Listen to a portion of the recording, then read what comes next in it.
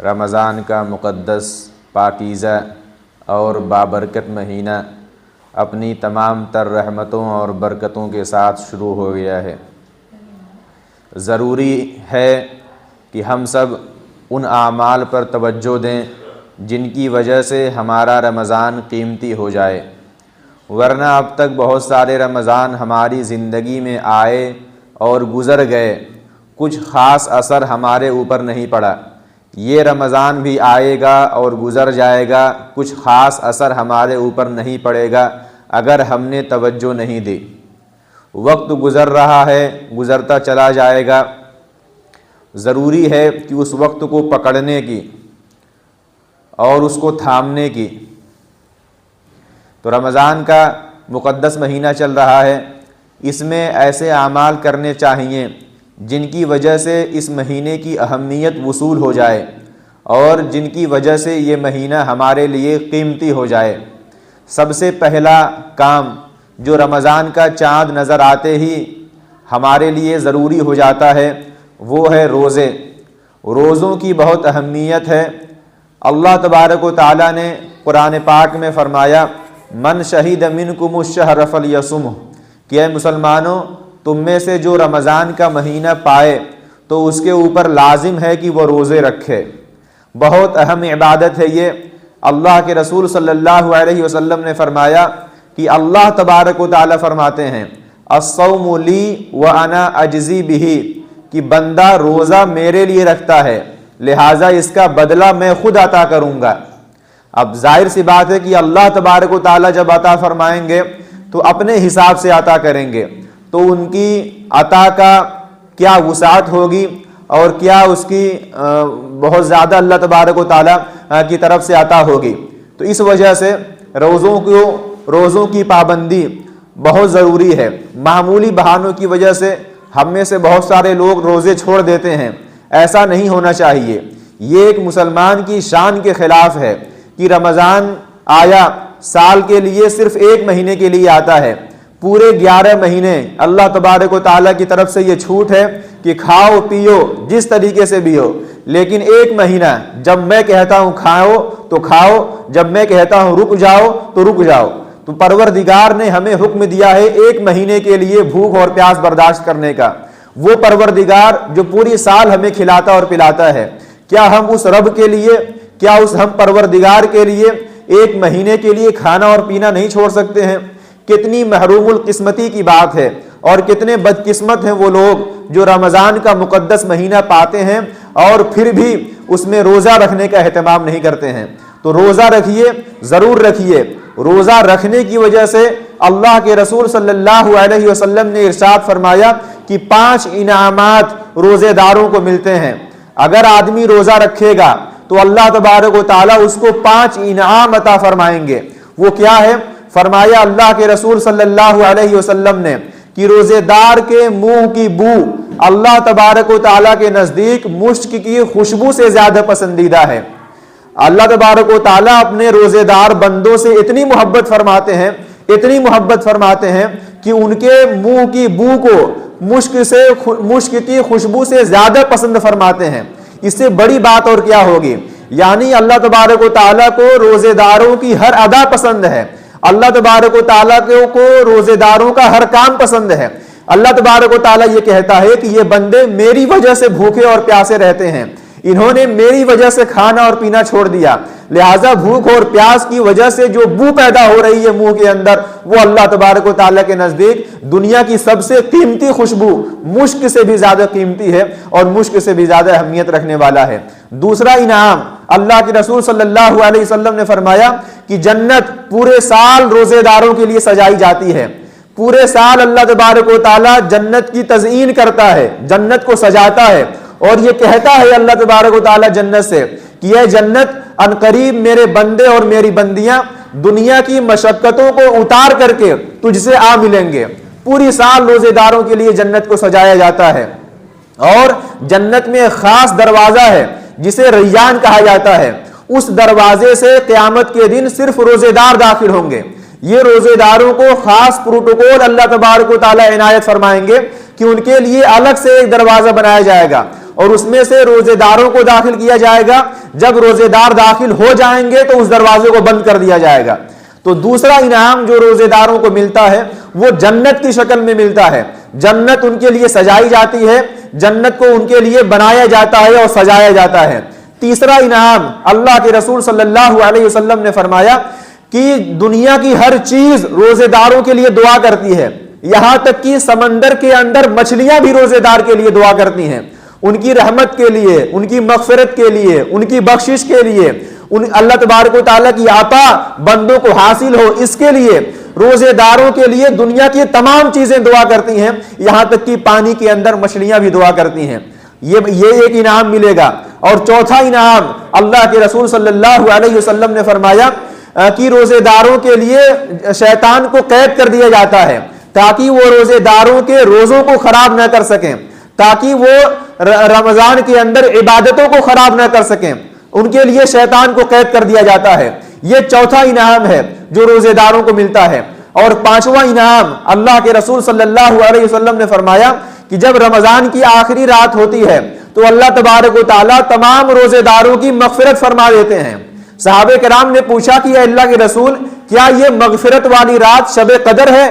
تو اللہ کے رسول صلی اللہ علیہ وسلم نے فرمایا کہ نہیں, شب قدر میں تو مغفرت ہوتی ہی ہوتی ہے, یہ رمضان کی آخری رات ہے. قاعدہ یہ ہے کہ جب مزدور اپنی مزدوری پوری کر لیتا ہے تو اس کو اجرت دی جاتی ہے. تو اللہ تبارک و تعالیٰ کے بندوں اور بندیوں نے اللہ تبارک و تعالیٰ کے حکم پر روزہ رکھا, اللہ تبارک و تعالیٰ کے لیے اپنی مزدوری کو پورا کیا, تو انعام کے طور پر اللہ تبارک و تعالیٰ ان کی مغفرت فرما دیتے ہیں اور ان کی بخشش فرما دیتے ہیں. آپ سوچئے کہ یہ 5 انعامات جو ہمیں روزے رکھنے کی وجہ سے ملنے والے ہیں, تو روزہ بالکل نہ چھوڑیے, کچھ بھی ہو جائے سب کچھ برداشت کیجئے, بھوک اور پیاس برداشت کیجئے, کام کرنا ہو تو کام کے اندر کچھ تخفیف کر دیجئے, لیکن روزہ نہ چھوڑیے. دوسرا حکم جو رمضان کے اندر ہمیں اپنی طرف متوجہ کرتا ہے وہ تراویح کا اہتمام ہے. تراویح یہ بہت بڑی عبادت ہے اور رمضان کی خاص عبادت ہے, تو تراویح کو ضائع مت کیجئے. تراویح کا پورے رمضان میں پابندی کے ساتھ اہتمام کیجئے. رمضان گزر جائے گا تو یہ عبادت آپ کو چاہ کر کے بھی نہیں ملے گی. آپ چاہیں گے اگر تراویح پڑھنا تو پھر بھی نہیں پڑھ پائیں گے, اس وجہ سے کہ یہ رمضان کی خاص عبادت ہے. اور تراویح کے بارے میں, راتوں کے قیام کے بارے میں اللہ کے رسول صلی اللہ علیہ وسلم نے فرمایا, من قام رمضان ایمانا و احتسابا غفر له ما تقدم من ذنبه, کہ جو رمضان کی راتوں میں قیام کرتا ہے, جو رمضان کی راتوں میں نمازیں پڑھتا ہے, جو رمضان کی راتوں میں کھڑا ہوتا ہے اللہ تبارک و تعالیٰ کے سامنے, تو اللہ تبارک و تعالیٰ اس کے گناہوں کو بخش دیتے ہیں, اس کے گناہوں کو معاف کر دیتے ہیں. پچھلے تمام گناہوں کی بخشش ہو جائے گی اور معافی ہو جائے گی اگر ہم تراویح کا اہتمام کریں گے.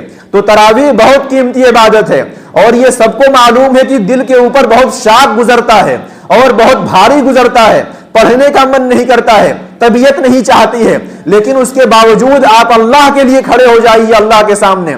آپ دن بھر کی تھکن کے باوجود, آپ سوچیں کہ دن بھر کی تھکن کے باوجود اگر آپ اللہ کے سامنے کھڑے ہوں گے تو اللہ تبارک و تعالیٰ کا کتنا پیار اس بندے کے اوپر ہوگا اور کتنی رحمت اللہ تبارک و تعالیٰ کی اس بندے کو ملے گی. اللہ کہے گا کہ یہ بندہ بھوکا تھا, پیاسا تھا, دن بھر اس نے تھکان کو برداشت کیا, لیکن رات کو اس نے میرے حکم پر قیام کیا اور اتنا لمبا قیام کیا کہ طبیعت نہ چاہنے کے باوجود بھی دل پر زبردستی کر کے اور زور کر کے یہ آیا ہے میرے سامنے کھڑا ہو گیا. تو تراویح کو بالکل ضائع مت ہونے دیجیے. ابھی تو 2-4 دن تک لوگوں کے اندر ذوق و شوق ہوتا ہے, بہت اہتمام کرتے ہیں, پھر سستی پیدا ہونے لگتی ہے. جب سستی پیدا ہونے لگے, اس سستی کو رد کرتے ہوئے تب قیام کرنا, یہ کمال کی بات ہے کہ ہمارے دل کے اندر سستی پیدا ہو اور ہم کہیں کہ نہیں, اس سستی کو ہم دور کریں گے اور اللہ کے سامنے کھڑے ہوں گے اللہ کے رسول صلی اللہ علیہ وسلم کے حکم پر. تو تراویح یہ سنت ہے اور سنت مؤکدہ ہے, اس کا اہتمام کیجیے اور خوب اہتمام کیجیے. اور تیسری چیز رمضان کے مہینے میں جس کا اہتمام کرنے کی ضرورت ہے وہ قرآن پاک کی تلاوت ہے. قرآن میں جب اللہ نے رمضان کا تعارف کرایا تو فرمایا شہر رمضان الذی انزل فیہ القرآن, کہ رمضان کا مہینہ وہ مہینہ ہے جس میں اللہ تبارک و تعالیٰ نے قرآن پاک کو نازل کیا ہے. رمضان کے مہینے میں قرآن لوح محفوظ سے آسمان دنیا کے اوپر نازل کیا گیا. رمضان کے مہینے کو اللہ تبارک و تعالیٰ نے چنا ہے قرآن کے لیے. تو رمضان یہ قرآن کا مہینہ ہے.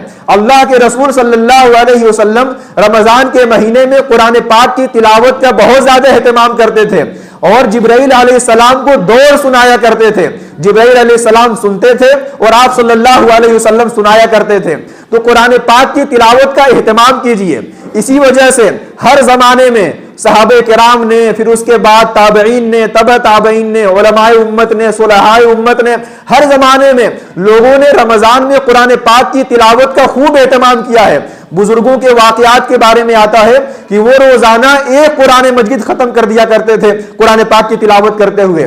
بعض بزرگوں کے بارے میں آتا ہے کہ وہ دو قرآن مجید ختم کر دیا کرتے تھے رمضان کے دنوں میں تلاوت کرتے ہوئے. تو یہ اللہ تبارک و تعالیٰ کی رحمت ہے، اللہ تبارک و تعالیٰ کی توفیق ہے. تو آپ بھی اس توفیق کے اندر شامل ہوئیے. قرآن پاک کی تلاوت کا خوب اہتمام کیجئے. جب وقت ملے ہر نماز کے بعد تھوڑا سا پڑھیے، آسانی کے ساتھ پڑھا جائے گا. کم سے کم ایک دن میں 3 پارے تو ضرور پڑھنے چاہیے تاکہ ہر عشرے میں ایک قرآن پاک مکمل ہو جائے ہر 10 دن کے اندر. اگر 3 پارے آپ نہیں پڑھ پاتے ہیں تو 10 پارے تو ضرور ہی ایک پارا تو ضرور ہی پڑھنا چاہیے تاکہ آسانی کے ساتھ ایک قرآن مجید پورے رمضان کے اندر ختم ہو جائے. تو قرآن پاک کی تلاوت کا خوب اہتمام ہو، خوب اہتمام ہو. طبیعت چاہے چاہے نہ چاہے خوب پڑھیے. اور قرآن پاک کا مہینہ ہے رمضان، تو نظر آنا چاہیے آپ کے عمل سے کہ آپ واقعی اس مہینے کو قرآن والا مہینہ سمجھتے ہیں. اور چوتھی چیز، اللہ کے رسول صلی اللہ علیہ وسلم کے بارے میں آتا ہے کہ اللہ کے رسول صلی اللہ علیہ وسلم کی سخاوت کی آندھی رمضان کے مہینے میں چلا کرتی تھی. خوب خرچہ کیا کرتے تھے، خوب لوگوں کو نوازتے تھے، غریبوں کے اوپر، مسکینوں کے اوپر، محتاجوں کے اوپر، فقیروں کے اوپر بہت زیادہ اللہ کے رسول صلی اللہ علیہ وسلم صدقہ کیا کرتے تھے. تو ہم بھی اگر اس کے اندر شامل ہو جائیں، اگر بہت زیادہ نہیں تو روزانہ 10 ہی روپیہ اگر ہم صدقہ کریں گے تو اس فضیلت کے اندر شامل ہو جائیں گے. رمضان یہ خرچ کرنے کا مہینہ ہے، رمضان یہ غمخواری کا مہینہ ہے، غریبوں کے ساتھ، مسکینوں کے ساتھ پیار و محبت جتانے کا مہینہ ہے. کوئی ہماری بستی کے اندر بھوکا نہ رہے اور کوئی ہماری بستی کے اندر بھوک کی وجہ سے ایسا نہ ہو کہ اس کے گھر کے اندر چولہا نہ جلے. سب لوگ اطمینان کے ساتھ، سکون کے ساتھ رمضان کا مہینہ گزاریں، اس کی فکر ہونی چاہیے. ہمارے پڑوس میں، ہمارے رشتہ داروں میں، خاص طور سے ہمارے آس پڑوس میں اور گاؤں بستی میں اگر کوئی آدمی ایسا ہے جو واقعی محتاج ہے، اور بہت سارے لوگ ہوتے ہیں، ضروری نہیں ہے کہ وہ اپنی ضرورتوں کو ظاہر کیا کریں. جو ضرورتوں کو ظاہر نہ کرے وہ زیادہ اس بات کا محتاج ہے کہ ہمارے خرچ میں اس کا بھی حصہ ہونا چاہیے. تو خرچ کیجئے. یہ مہینہ خرچ کرنے کا مہینہ ہے. جتنا ہو سکے اللہ تبارک و تعالیٰ جتنا توفیق دے اس مہینے کے اندر خرچ کیجئے. اور آپ جانتے ہیں کہ مدارس کا چندہ بھی اسی مہینے کے اندر ہوتا ہے. سفیر حضرات، مدرس حضرات گھومتے ہیں، گھر گھر چکر لگاتے ہیں. ان کو احترام کی نگاہ سے دیکھیے. یہ بہت بڑے لوگ ہیں جو آپ کے دروازے پر چل کر کے آتے ہیں. آپ نہیں جانتے ہیں کہ ان میں کون کتنا اللہ والا ہے اور کس کی اللہ کے یہاں کتنی پکڑ ہے اور کتنی حیثیت ہے اللہ تبارک و تعالیٰ کے یہاں. ان لوگوں کا احترام کیجئے. ان کو ذلت کی نگاہ سے نہ دیکھیے.